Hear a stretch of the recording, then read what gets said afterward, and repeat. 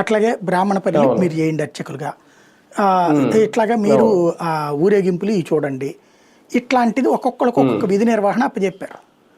ఆ నిర్వహణ అంటే పెట్టి మరి మేము ఎట్లా బ్రతకాలి స్వామి మళ్ళీ మా బిడ్డలదంటే, మీకు ఇది మిరాసినయ్యా, తర్వాత మీ తరాలకు కూడా కొనసాగుతుందని ఆయన ఆనాడు వాళ్ళకి ఆశీర్వదించారు. మరి అన్నిటి ఇప్పుడు ఓ డబ్బులు వచ్చినాయి ఒక 100 రూపాయలు.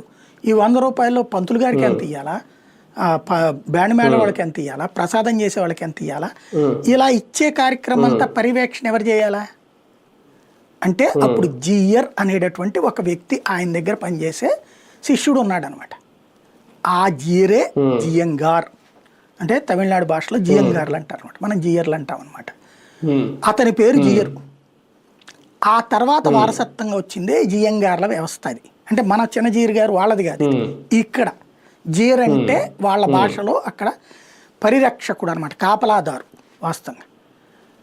వాళ్ళకి ఆ తర్వాత తరతరాలుగా ఆ సిస్టమ్ కంటిన్యూ అవుతూ వచ్చింది. అయితే ఆ మొదటి జీయర్ గారు ఎవరైతే ఉన్నారో ఆయన కాలక్రమంలో వృద్ధాప్యంలో కాషాయం ధరించి అక్కడ నిర్వహించడం బిగించేశారు.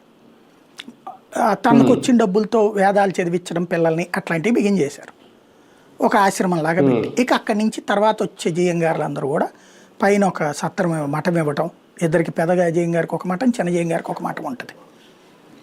వాళ్ళకి ₹1 కోటి అంత ఏడాదికి డబ్బులు ఇస్తుంది టీటీడీ. దాంతోపాటు ఈ నిరంతరం రోజు పొద్దున్నే గుడి లోపలికి వెళ్ళి ఫస్ట్ తొలి దర్శనం అయిపోయిన తర్వాత తొలి దర్శనం చేసుకునేది ఇవాళకి కూడా యాదవుడే, వెంకటేశ్వర స్వామి ఇచ్చినటువంటి ఇదనమాట. ఆ తర్వాత అర్చకులు, ఆ అర్చకులు అభిషేకాలు కానీ మిగతా పూజ చేస్తున్నప్పుడు జియంగారు అక్కడ ఉండాలి. అది ఆ జియంగారు ఉద్యోగం. ఆ జియంగారు గారి ఆశ్రమంలో ఉన్న వ్యక్తి